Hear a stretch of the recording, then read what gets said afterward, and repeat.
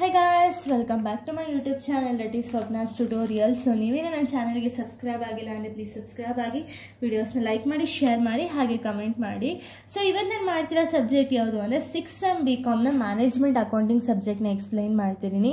So ಇದರಲ್ಲಿ chapter 3 ಬಂದುಬಿಟ್ಟು cash flow statement ಅಂತ ಹೇಳಿ. ಸೊ ಇದು ಪಾರ್ಟ್ 6 ವಿಡಿಯೋನ ಎಕ್ಸ್ಪ್ಲೈನ್ ಮಾಡ್ತಿದ್ದೀನಿ. 12 ಮಾರ್ಕ್ಸ್ ಸೆಕೆಂಡ್ ಪ್ರಾಬ್ಲಮ್ನ ಈ ಒಂದು ವಿಡಿಯೋದಲ್ಲಿ ಎಕ್ಸ್ಪ್ಲೈನ್ ಮಾಡ್ತಿದ್ದೀನಿ. ಓಕೆನಾ. ಸೊ ಈ ಒಂದು ಚಾಪ್ಟರಲ್ಲಿ ಇದು ಲಾಸ್ಟ್ ಪ್ರಾಬ್ಲಮ್ ಆಗಿದೆ. ನಾನು ಆಲ್ರೆಡಿ 4 ಮಾರ್ಕ್ಸ್ ಪ್ರಾಬ್ಲಮ್ಸ್ನ ಎಕ್ಸ್ಪ್ಲೈನ್ ಮಾಡಿದ್ದೀನಿ. ನಾನು 12 ಮಾರ್ಕ್ಸ್ ಫಸ್ಟ್ ಪ್ರಾಬ್ಲಮ್ನ ಎಕ್ಸ್ಪ್ಲೈನ್ ಮಾಡಿದ್ದೀನಿ. ಸೊ ಇದು 12 ಮಾರ್ಕ್ಸ್ ಸೆಕೆಂಡ್ ಪ್ರಾಬ್ಲಮ್ ಆಗಿದೆ. ನೆಕ್ಸ್ಟ್ ವಿಡಿಯೋದಲ್ಲಿ ನಾನು ಬೇರೆ ಒಂದು ಚಾಪ್ಟರ್ನ ಎಕ್ಸ್ಪ್ಲೈನ್ ಮಾಡ್ತೀನಿ. ಸೊ ಇಲ್ಲಿ ನಿಮಗೆ ಕ್ವಶನ್ನ ನೋಡೋದಾದರೆ ಫಸ್ಟ್ ಬಂದು the following balance sheet of Medita limited prepare the cash flow statement ಅಂತ ಹೇಳಿ ಕೊಟ್ಟಿದ್ದಾರೆ. ಸೊ ಇಲ್ಲಿ ಮೇದಿತಾ ಲಿಮಿಟೆಡ್ ಅನ್ನೋರ ಒಂದು ಕ್ಯಾಶ್ ಫ್ಲೋ ಸ್ಟೇಟ್ಮೆಂಟ್ನ ಕೊಟ್ಟಿದ್ದಾರೆ. ಸೊ ನಾನು ಆಗಲೇ ಹೇಳಿದಂಗೆ ನಾನು ಫಸ್ಟು 12 ಮಾರ್ಕ್ಸ್ ಪ್ರಾಬ್ಲಮ್ ಪಾರ್ಟ್ 5 ಮಾಡಬೇಕಾದ್ರೆ ಹೇಳಿದೆ ಏನು ಅಂದರೆ ನೀವು ಫಸ್ಟ್ ನೋಡಬೇಕಾಗಿರೋದೇನು ಅಂದರೆ ಅಡ್ಜಸ್ಟ್ಮೆಂಟು. ಸೊ ಅಡ್ಜಸ್ಟ್ಮೆಂಟಿಂದಲೇ ನಿಮಗೆ ಗೊತ್ತಾಗುತ್ತೆ ವೆದರ್ ನೀವು ಎಷ್ಟು ಕ್ಯಾಶ್ ಫ್ಲೋ ಅಂದರೆ ಲೆಡ್ಜರ್ ಎಂಟ್ರೀಸ್ನ ಪ್ರಿಪೇರ್ ಮಾಡಬೇಕು ಅಂತ ಹೇಳಿ. ಓಕೆನಾ. ಡೆಪ್ರಿಸಿಯೇಷನ್ ಆಫ್ ಪ್ಲ್ಯಾಂಟ್ ಬಂದು 30,000 ಹೇಳಿದ್ದಾರೆ. ಪ್ಲ್ಯಾಂಟನ್ನು ಮಾಡಬೇಕಾಗುತ್ತೆ ledger entry. And depreciation charge on building 50,000 rupees ಕೊಟ್ಟಿದ್ದಾರೆ. ಸೊ ಬಿಲ್ಡಿಂಗ್ಸ್ನು ಸಹ ನೀವು ಮಾಡಬೇಕಾಗುತ್ತೆ.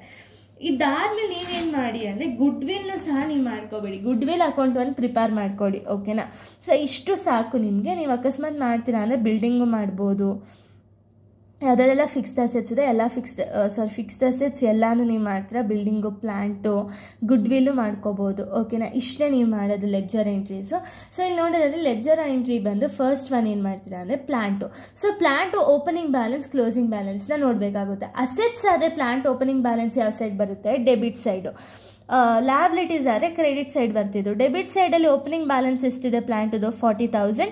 ಕ್ಲೋಸಿಂಗ್ ಬ್ಯಾಲೆನ್ಸ್ ಎಷ್ಟಿದೆ? 70,000 ಆ್ಯಸ್ ಇಟ್ ಈಸ್ ಬರೀತೀರ. ಇದಾದಮೇಲೆ ಅವ್ರು ಏನು ಹೇಳಿದ್ದಾರೆ ಅಂದರೆ ಡೆಪ್ರಿಸಿಯೇಷನ್ ಆನ್ ಪ್ಲ್ಯಾನ್ 30,000. ಡೆಪ್ರಿಸಿಯೇಷನ್ ಇದ್ದರೆ ಯಾವ ಸೈಡು? ಕ್ರೆಡಿಟ್ ಸೈಡ್ ಅಲ್ವಾ. ಸೊ ಕ್ರೆಡಿಟ್ ಸೈಡ್ ಡೆಪ್ರಿಸಿಯೇಷನ್ ಬಂದು 30,000. ಇವೆರಡೂ ಆ್ಯಡ್ ಮಾಡಿದಾಗ ನಿಮಗೆ 1 lakh ರೂಪೀಸ್ ಬರುತ್ತೆ. ಎರಡು ಸೈಡು 1 lakh ಹಾಕೊಳ್ತೀರ. 1 lakhಯಿಂದ 40,000ನ ಮೈನಸ್ ಮಾಡಿದಾಗ 60,000 ರೂಪೀಸ್ ಬರುತ್ತೆ. ಇದನ್ನು ನೀವು ಪರ್ಚೇಸ್ ಅಂತ ಹೇಳಿ ಟ್ರೀಟ್ ಮಾಡ್ತೀರಾ. ಈ ಸೈಡ್ ಬಂದರೆ ಪರ್ಚೇಸ್, ಈ ಸೈಡ್ ಬಂದರೆ ಸೇಲ್ಸ್. ಓಕೆನಾ. ಇನ್ನು ನೆಕ್ಸ್ಟ್ ಬಂದುಬಿಟ್ಟು ಬಿಲ್ಡಿಂಗ್ಸ್ನ ಮಾಡ್ತೀರಾ. ಬಿಲ್ಡಿಂಗ್ಸ್ಗೂ ಸೇಮ್ ಬರೀ ಡಿಪ್ರಿಸಿಯೇಷನ್ ಅಷ್ಟೇ ಅಲ್ವಾ ಕೊಟ್ಟಿರೋದು. ಓಪನಿಂಗ್ ಬ್ಯಾಲೆನ್ಸ್ ಎಷ್ಟಿದೆ, ಕ್ಲೋಸಿಂಗ್ ಬ್ಯಾಲೆನ್ಸ್ ಎಷ್ಟಿದೆ? ಓಪನಿಂಗ್ ಬ್ಯಾಲೆನ್ಸ್ ಬಂದು 1 lakh, ಕ್ಲೋಸಿಂಗ್ 80,000. 1,80,000. ಡಿಪ್ರಿಸಿಯೇಷನ್ ಎಷ್ಟಿದೆ? 50,000. ಡಿಪ್ರಿಸಿಯೇಷನ್ ಎಷ್ಟಿದೆ? 50,000 ಅಲ್ವಾ. ಇದನ್ನು ಕ್ರೆಡಿಟ್ ಸೈಡ್ ಬರೀತೀರಾ. ಡಿಪ್ರಿಸಿಯೇಷನ್ 50,000. ಇಷ್ಟೇ ಇರೋದು ಐಟಮ್ಸ್. ಸೊ ಇವೆರಡೂ ಆ್ಯಡ್ ಮಾಡಿದಾಗ ನಿಮಗೆ 1,30,000 ಬರುತ್ತೆ. ಎರಡು ಸೈಡು 1,30,000ನೇ ಬರೀತೀರಾ. 1,30,000ಇಂದ 1 lakh ರೂಪೀಸ್ ಮೈನಸ್ ಮಾಡಿದ್ರೆ 30,000 ರೂಪೀಸ್ ಆನ್ಸರ್ ಬರುತ್ತೆ. ಇದನ್ನ ಅಡ್ಜಸ್ಟ್ ಪರ್ಚೇಸ್ ಅಂತ ಹೇಳಿ ಕನ್ಸಿಡರ್ ಮಾಡ್ತೀರಾ. ಓಕೆನಾ. ಸೊ ಇಲ್ಲಿ ನಿಮ್ಗೆ 2 ಆಯಿತು. ಇಲ್ಲ ಲಾಸ್ಟ್ ಒಂದು ಬಂದು ಗುಡ್ ವಿಲು. ಸೊ ಗುಡ್ ವಿಲಲ್ಲೂ ಕೂಡ ಓಪನಿಂಗ್ ಬ್ಯಾಲೆನ್ಸ್, ಕ್ಲೋಸಿಂಗ್ ಬ್ಯಾಲೆನ್ಸ್ನ ನೋಡಬೇಕಾಗುತ್ತೆ. ಓಪನಿಂಗ್ ಬ್ಯಾಲೆನ್ಸ್ ಎಷ್ಟಿದೆ? 30,000 ರೂಪಾಯಿ ಇದೆ. ಸೊ ಇದನ್ನು ಡೆಬಿಟ್ ಸೈಡೇ ಹಾಕೊಳ್ತೀರಾ. ಇನ್ನು ಕ್ಲೋಸಿಂಗ್ ಬ್ಯಾಲೆನ್ಸ್ ಬಂದು 20,000 ರೂಪೀಸ್ ಇದೆ. ಸೊ ಇಲ್ಲಿ ಹೈಯೆಸ್ಟ್ ಯಾವುದು? 30,000 ಅಲ್ವಾ. 30,000ನ ಆ್ಯಸ್ ಇಟ್ ಈಸ್ ಹಾಕೊಳ್ತೀರಾ. 30,000ಇಂದ 20,000ನ ಮೈನಸ್ ಮಾಡಿದ್ರೆ 10,000 ರೂಪೀಸ್ ಬರುತ್ತೆ. ಇದನ್ನು ನೀವು ಅಡ್ಜಸ್ಟೆಡ್ P&L ಅಕೌಂಟ್ ಅಂತ ಹೇಳಿ ಹಾಕೊಳ್ತೀರಾ. ಅಥವಾ ಡಿಪ್ರಿಸಿಯೇಷನ್ ಅಂತಾರು ಹಾಕೋಬಹುದು, ಇಲ್ಲ ಅಂದರೆ ಅಡ್ಜಸ್ಟೆಡ್ P&L ಅಕೌಂಟ್ ಅಂತಾರು ಹಾಕೋಬಹುದು. ಓಕೆನಾ. ಫಸ್ಟ್ ಇಂಪಾರ್ಟೆನ್ಸ್ ಯಾವುದು ಕೊಡಿ ಅಂದರೆ ಡಿಪ್ರಿಸಿಯೇಷನ್ ಅಥವಾ ಅಡ್ಜಸ್ಟೆಡ್ P&L ಅಕೌಂಟ್. ಅದಾದಮೇಲೆ ಇನ್ನು ಮಿಕ್ಕಿದ್ರೆ ಸೇಲ್ಸ್ ಅಂತಲೂ ಹೇಳಿ ಕನ್ಸಿಡರ್ ಮಾಡ್ಬೋದು. ಓಕೆನಾ. ಸೊ ಇದನ್ನ ಅಡ್ಜಸ್ಟೆಡ್ P&L ಅಂತ ಹೇಳಿ ಹಾಕೊಳ್ತೀವಿ. ನಮ್ಗೆ ಇಷ್ಟೇ ಇನ್ಫಾರ್ಮೇಷನ್ ಕೊಟ್ಟಿರೋದು. ಸೊ ಇವಾಗ ನಾವು ಡೈರೆಕ್ಟ್ ಪ್ರಾಬ್ಲಮ್ನ ಸಾಲ್ವ್ ಮಾಡ್ತಾ ಹೋಗಬೇಕಾಗುತ್ತೆ. ಅದಕ್ಕಿಂತ ಮುಂಚೆ ನಾನು ಮತ್ತೆ ಪೇಜ್ನ ಟರ್ನ್ ಮಾಡೋಕ್ಕಾಗಲ್ಲ ಅನ್ನೋ ರೀಸನ್ಗೆ ಇಲ್ಲಿ ನಮಗೆ ಬೇಕಾಗಿರೋದು ಏನೇನೋ ಅದನ್ನು ಮಾತ್ರ ಬರ್ಕೊಬಿಡ್ತೀನಿ. ಇಲ್ಲಿ ಡಿಪ್ರಿಸಿಯೇಷನ್ನ ನಮ್ಗೆ ಆಲ್ರೆಡಿ ಕ್ವಶನಲ್ಲೇ ಕೊಟ್ಟಿದ್ದಾರೆ. ಸೊ ಇದನ್ನೇ ಡಿಪ್ರಿಸಿಯೇಷನ್ನ ತೊಗೊಳ್ತೀವಿ. ಅಡ್ಜಸ್ಟೆಡ್ P&L ಅಕೌಂಟ್ ಬಂದು ಗುಡ್ ವಿಲಲ್ಲಿ ಮಾತ್ರ ಅಡ್ಜಸ್ಟೆಡ್ P&L ಅಕೌಂಟ್ ಇದೆ. ಎಷ್ಟು ಅಂದರೆ 10,000 ರೂಪಾಯಿ. ಆ್ಯಂಡ್ ಪ್ರಾಫಿಟ್ ಏನಾದ್ರು ಇದೆಯಾ ಅಂತ ಹೇಳಿ ನೋಡಬೇಕು. ಯಾವುದೂ ಇಲ್ಲ. ಪರ್ಚೇಸ್ ಆಗಿದೆ. ಪರ್ಚೇಸ್ ಬಂದು ಪ್ಲ್ಯಾಂಟು ಆಗಿದೆ, ಬಿಲ್ಡಿಂಗು ಆಗಿದೆ. ಪ್ಲ್ಯಾಂಟ್ ಎಷ್ಟಾಗಿದೆ? 60,000. ಬಿಲ್ಡಿಂಗ್ ಎಷ್ಟಾಗಿದೆ? 30,000 ರೂಪೀಸ್ ಬಿಲ್ಡಿಂಗುಗೆ. ಓಕೆನಾ. ಇಷ್ಟೇ ಇರೋದು ಡೀಟೇಲ್ಸ್. ನಾವು ಇಷ್ಟೇ ಲೆಡ್ಜರ್ ಅಕೌಂಟ್ಸಿಂದ ಫೈಂಡ್ ಔಟ್ ಮಾಡಿರೋದು. ಸೊ ಇಷ್ಟು ಬೇಸಿಸ್ ಮೇಲೆ ನಾವು ಸಾಲ್ವ್ ಅನ್ನೋದನ್ನ ಮಾಡ್ತಾ ಹೋಗೋಣ. ಓಕೆನಾ. ಸೊ ನೋಡಿ ಇವಾಗ ಲೆಡ್ಜರ್ ಆದಮೇಲೆ ಕ್ಯಾಶ್ ಫ್ಲೋ ಸ್ಟೇಟ್ಮೆಂಟ್ ಅಲ್ವಾ. ಸೊ ಕ್ಯಾಶ್ ಫ್ಲೋ ಸ್ಟೇಟ್ಮೆಂಟಲ್ಲಿ ಫಸ್ಟ್ ನೀವೇನು ತಗೋಬೇಕು, cash from operating activities. So ಇದೇ ಫಸ್ಟ್ ಸ್ಟೆಪ್, ಓಕೆನಾ. ಕ್ಯಾಶ್ ಫ್ರಮ್ ಆಪರೇಟಿಂಗ್ ಆ್ಯಕ್ಟಿವಿಟೀಸಲ್ಲಿ ನೆಟ್ ಪ್ರಾಫಿಟ್ ಹೆಂಗಿದೆ, ಎಷ್ಟಿದೆ ಕ್ವಶನಲ್ಲಿ, ಪ್ರಾಫಿಟ್ ಆ್ಯಂಡ್ ಲಾಸ್ ಅಕೌಂಟ್ನ ನೀವು ನೋಡೋದಾದರೆ 17,000 ಮೈನಸ್ 15,000ನ ಮಾಡಿದ್ರೆ 2,000 ರೂಪೀಸ್ ಆನ್ಸರ್ ಬರುತ್ತೆ. ಇದು ನೆಟ್ ಪ್ರಾಫಿಟ್.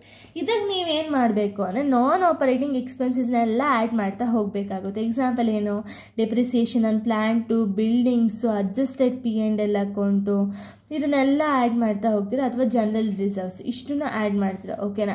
ಸೊ ನೋಡಿ ಇಲ್ಲಿ ಡಿಪ್ರಿಸಿಯೇಷನ್ ಆನ್ ಪ್ಲಾಂಟ್ ಎಷ್ಟಿದೆ, 30,000 ಆ್ಯಸ್ ಇಟ್ ಈಸ್ ಬರೀರಿ. ಡಿಪ್ರಿಸಿಯೇಷನ್ ಆನ್ ಬಿಲ್ಡಿಂಗ್ ಎಷ್ಟಿದೆ, 30,000. ನಾನು ಆಗಲೇ ಲೆಡ್ಜರ್ ಅಕೌಂಟಲ್ಲಿ adjusted P&L account good will ಒಂದಿತ್ತು, ಎಷ್ಟು ಅಂದರೆ 10,000 ರೂಪೀಸ್, ಅದನ್ನು ಬರೆಯೋಣ ಗುಡ್ ವಿಲ್ಲು. ಇನ್ನು ಕ್ವಶನಲ್ಲಿ ಜನರಲ್ ರಿಸರ್ವ್ಸ್ ಇದೆಯಾ ಅಂತ ಹೇಳಿ ನೋಡಬೇಕು. ಜನರಲ್ ರಿಸರ್ವ್ಸ್ ಇದ್ದರೆ ಇಲ್ಲಿ ತೊಗೊಳ್ತೀರಾ. ಆ್ಯಂಡ್ ಡಿವಿಡೆಂಟ್ ಇದ್ದರೂ ಕೂಡ ಇಲ್ಲೇ ತೊಗೊಳ್ತೀರಾ. ಇಲ್ಲಿ ಡಿವಿಡೆಂಟ್ ಇಲ್ಲ, ಬಟ್ ಜನರಲ್ ರಿಸರ್ವ್ಸ್ ಕೊಟ್ಟಿದ್ದಾರೆ. 35,000 ಇದ್ದಿದ್ದು 55,000 ಆಗಿದೆ. ಡಿಫ್ರೆನ್ಸ್ ಎಷ್ಟು ಅಂದರೆ 20,000. ಇದನ್ನು ತೊಗೊಳ್ತೀರಾ. ಇದಾದಮೇಲೆ ಯಾವುದೇ ರೀತಿಯ ಇನ್ಕಮ್ಸ್ ಇಲ್ಲ. ಸೊ ಅದಕ್ಕೆ ನಾನ್ ಆಪರೇಟಿಂಗ್ ಇನ್ಕಮ್ಸ್ನ ನಿಲ್ ಅಂತ ಹೇಳಿ ಕನ್ಸಿಡರ್ ಮಾಡ್ತೀರಾ. ಇಷ್ಟೇ ಇರೋದು. ನೀವೇನು ಮಾಡಿ ಅಂದರೆ 2,000 ಪ್ಲಸ್ 30,000 ಪ್ಲಸ್ 50,000 ಪ್ಲಸ್ 10,000 ಪ್ಲಸ್ 20,000 ಇಷ್ಟನ್ನು ಆ್ಯಡ್ ಮಾಡಿದಾಗ ನಿಮಗೆ operating profit before working capital changes ಎಷ್ಟು ಬರುತ್ತೆ ಅಂದರೆ 1,12,000 ರೂಪೀಸ್ ಬರುತ್ತೆ. ಇದಕ್ಕೆ ನೀವೇನು ಮಾಡಬೇಕು ಅಂದರೆ decrease in current assets and increase in current liabilities minus increase in current assets and decrease in current liabilities ನ ಮೈನಸ್ ಮಾಡಬೇಕು, ಓಕೆನಾ. ಇಲ್ಲಿ ಯಾವುದಾದ್ರು ಕರೆಂಟ್ ಅಸೆಟ್ಸ್ ಡಿಕ್ರೀಸ್ ಆಗಿದೆ ಅಂತ ನೋಡಿ. ಕರೆಂಟ್ ಅಸೆಟ್ಸ್ ಇರೋದೇ ಡೆಟಾರ್ಸ್, ಸ್ಟಾಕು. ಇಲ್ಲಿ ಕರೆಂಟ್ ಲಯಬಿಲಿಟೀಸ್ ಇರೋದೇ ಬರೀ ಒಂದು ಕ್ರೆಡಿಟಾರ್ಸು. ಸೊ ಇಲ್ಲಿ ನೀವು ಡೆಟಾರ್ಸ್ ನೋಡೋದಾದ್ರೆ ಇನ್ಕ್ರೀಸ್ ಆಗಿದೆ, ಸ್ಟಾಕು ನೋಡೋದಾದ್ರೆ ಇನ್ಕ್ರೀಸ್ ಆಗಿದೆ. ಇಲ್ಲಿ ಕ್ರೆಡಿಟರ್ಸ್ನ ನೋಡೋದಾದರೆ ಡಿಕ್ರೀಸ್ ಆಗಿದೆ. ಯಾವುದೇ ರೀತಿಯ ಇನ್ಕ್ರೀಸ್ ಇನ್ ಕರೆಂಟ್ ಅಸೆಟ್ಸು ಇಲ್ಲ, ಡಿಕ್ರೀಸ್ ಇನ್ ಕರೆಂಟ್ ಲಯಬಿಲಿಟೀಸು ಇಲ್ಲ. Minus increase in current assets ಯಾವುದಿದೆ, ಡೆಟಾರ್ಸ್, ಸ್ಟಾಕ್ ಎರಡು ಇನ್ಕ್ರೀಸ್ ಆಗಿದೆ. ಒಂದು 40,000 ಇನ್ಕ್ರೀಸ್ ಆಗಿದೆ, ಇನ್ನೊಂದು 2,000. 1,20,000 ಮೈನಸ್ 60,000ನ ಮಾಡಿದಾಗ 40,000. ಸ್ಟಾಕ್ ಬಂದು 18,000 ಮೈನಸ್ 20,000 ಮಾಡಿದಾಗ 2,000, ಓಕೆನಾ. Minus decrease in current liabilities ಯಾವುದಿದೆ, ಕ್ರೆಡಿಟಾರ್ಸ್ ಏನಾಗಿದೆ, ಡಿಕ್ರೀಸ್ ಆಗಿದೆ. 23,000 ಇದೆ, 5,000 ಎಷ್ಟು ಡಿಕ್ರೀಸ್ ಆಗಿದೆ, 18,000 ಆಗಿದೆ. ಸೊ ಇಷ್ಟೇ ಡೀಟೇಲ್ಸ್ ಇರೋದು. ಸೊ ಇಷ್ಟನ್ನು ಆ್ಯಡ್ ಮಾಡ್ತೀರಾ. 1,12,000 ಇಂದ ಮೈನಸ್ 40,000 ಮೈನಸ್ 2,000 ಮೈನಸ್ 18,000ನ ಮಾಡಿದಾಗ ನೀವು operating profit after working capital changes ಎಷ್ಟು ಬರುತ್ತೆ ಅಂದರೆ 52,000 ರೂಪೀಸ್ ಬರುತ್ತೆ. ಇದರಲ್ಲಿ ಯಾವ್ದಾರ IT ಇದೆಯಾ ಅಂತ ಹೇಳಿ ನೋಡಬೇಕು. ಇನ್ಕಮ್ ಟ್ಯಾಕ್ಸ್ ಯಾವುದು ಇಲ್ದಿರೋ ರೀಸನಿಂದ ನಿಲ್ ಅಂತ ಹೇಳಿ ಹಾಕ್ಕೊಂಡು ಅದೇ ಅಮೌಂಟ್ನ ನೀವು net cash flow from operating activities ಅಂತ ಹಾಕಿ 52,000 ರೂಪೀಸೇ ಬರೀಬೇಕಾಗುತ್ತೆ, ಓಕೆನಾ.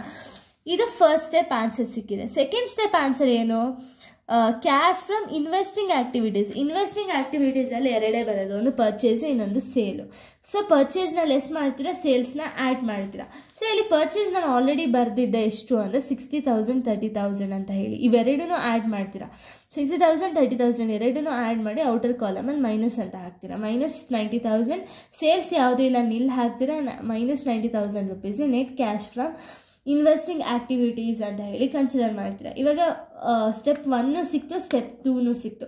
ಇನ್ನು ಲಾಸ್ಟ್ ಉಳಿದಿರೋದು ಯಾವುದು, ಸ್ಟೆಪ್ 3 ಅಲ್ವಾ. ಸೊ ಸ್ಟೆಪ್ 3ನ ನಾವು ನೋಡೋದಾದ್ರೆ, ಸೊ ಇಲ್ಲಿ ಲಾಸ್ಟ್ ಸ್ಟೆಪ್ 3 ಅಲ್ಲಿ ನೀವು ಈ ಒಂದು ಶೇರ್ ಕ್ಯಾಪಿಟಲು ಅಥವಾ ಡಿವಿಡೆಂಡ್ಸ್ ಇದ್ರೆ ಇಲ್ಲಿ ಮೈನಸ್ ಮಾಡ್ತೀರಾ, ಫಸ್ಟ್ ಸ್ಟೆಪ್ಪಲ್ಲಿ ಆ್ಯಡ್ ಮಾಡ್ತೀರಾ, ಓಕೆನಾ. ಸೊ ಇಲ್ಲಿ ಈಕ್ವಿಟಿ ಶೇರ್ಸ್ನ ನೀವು ನೋಡೋದಾದ್ರೆ 2023ಗೂ 24ಗೂ ಏನಾಗಿದೆ, ಜಾಸ್ತಿ ಆಗಿದೆ. ನೀವೇನು ಮಾಡ್ತೀರಾ, ಆ್ಯಡ್ ಮಾಡ್ತೀರಾ. ಎಷ್ಟು ಜಾಸ್ತಿ ಆಗಿದೆ ಈಕ್ವಿಟಿ ಶೇರ್ಸ್, 50,000. ಪ್ರಿಫರೆನ್ಸ್ ಶೇರ್ಸ್ ಎಷ್ಟಿದು, 50,000 ಇಂದ 40,000 ಆದರೆ ಇದು ಮೈನಸ್ ಮಾಡಬೇಕಲ್ವಾ, ಬಿಕಾಸ್ ಡಿಕ್ರೀಸ್ ಆಗಿದೆ. So minus preference share capital 10,000 rupees. 50,000 ಇಂದ ಮೈನಸ್ 10,000ನ ಮಾಡಿದಾಗ 40,000 ರೂಪೀಸ್ ಬರುತ್ತೆ. ಇಷ್ಟೇ ಎರಡು ಡೀಟೇಲ್ಸು. ಸೊ ಅದಕ್ಕೆ ನೀವು ಇದನ್ನು net cash from financing activities ಅಂತ ಹೇಳಿ ಕನ್ಸಿಡರ್ ಮಾಡ್ತೀರಾ, ಓಕೆನಾ. ಸೊ ಇದಾದ್ಮೇಲೆ ಲಾಸ್ಟ್ ಸ್ಟೆಪ್ ಬಂದು A + B + C. So first step answer ಎಷ್ಟಿದೆ, 52,000 ಮೈನಸ್ 90,000 ಪ್ಲಸ್ 40,000ನ ಮಾಡಿದಾಗ ನಿಮಗೆ 2,000 ರೂಪೀಸ್ ಬರುತ್ತೆ. ಇದಕ್ಕೆ ಓಪನಿಂಗ್ ಬ್ಯಾಲೆನ್ಸ್ ಆಫ್ ಕ್ಯಾಶ್ ಅಥವಾ ಬ್ಯಾಂಕ್ನ ಆ್ಯಡ್ ಮಾಡ್ತೀರಾ. ಓಪನಿಂಗ್ ಬ್ಯಾಲೆನ್ಸ್ ಎಷ್ಟಿದೆ, 15,000. ಆ್ಯಡ್ ಮಾಡಿದಾಗ ನಿಮಗೆ ಕ್ಲೋಸಿಂಗ್ ಬ್ಯಾಲೆನ್ಸ್ ಅಷ್ಟೇ ಬರಬೇಕು. ಕ್ಲೋಸಿಂಗ್ ಬ್ಯಾಲೆನ್ಸ್ ಎಷ್ಟಿದೆ, 17,000. ಇಷ್ಟೇ ಆನ್ಸರ್ ಬಂತು ಅಂದರೆ ನಿಮ್ಮ ಆನ್ಸರ್ ಕರೆಕ್ಟ್ ಅಂತ ಹೇಳಿ ಅರ್ಥ, ಇಲ್ಲ ಅಂದರೆ ತಪ್ಪು ಅಂತ ಹೇಳಿ ಅರ್ಥ, ಓಕೆನಾ. ಸೊ ಇಲ್ಲಿಗೆ ಈ ಒಂದು ಪ್ರಾಬ್ಲಮ್ ಅನ್ನೋದು ಸ್ಟಾಪ್ ಆಗುತ್ತೆ. ಸೊ ಈ ಒಂದು ಚಾಪ್ಟರ್ ಅನ್ನೋ ಥರ್ಡ್ ಚಾಪ್ಟರ್ ಇಲ್ಲಿಗೆ ಎಂಡ್ ಆಗುತ್ತೆ.